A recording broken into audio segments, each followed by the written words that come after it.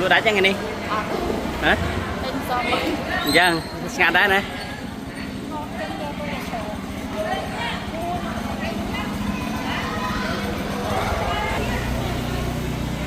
rồi anh xong sao con cho con sang bông xong rồi bông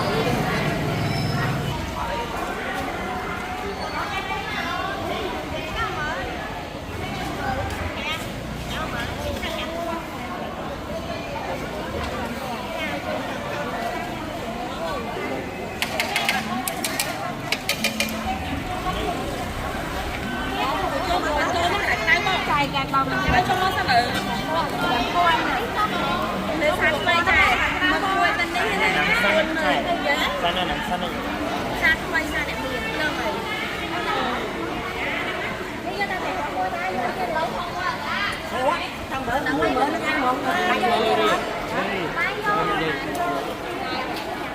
nhắc con của nhắc con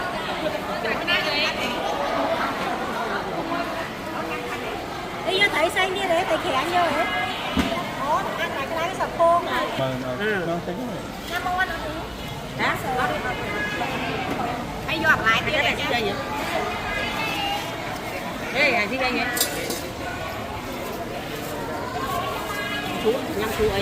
Năm chú ấy bán rồi, đưa mấy chú ấy. Rồi, cho nó tên. Những thế. Ủa, nó chú quay hay chứ? Ngập lại một bác thế đấy. Đi vô quay quay nè. Đi vô nè. Vô chụp quay vô chụp quay.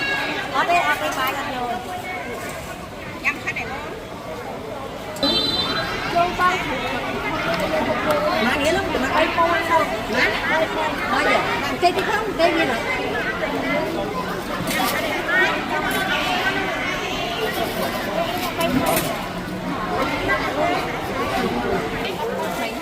Con ăn cho mai vậy con. Mai.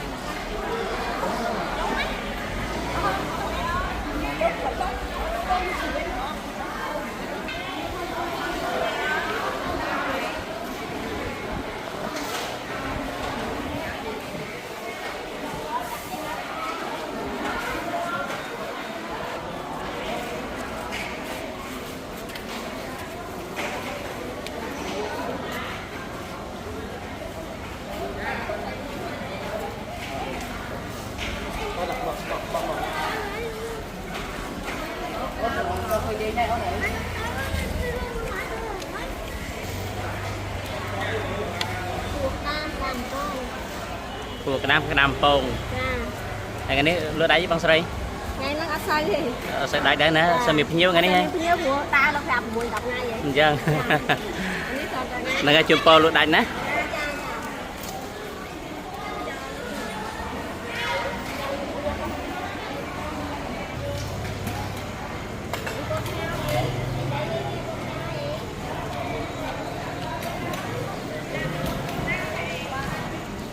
Bye.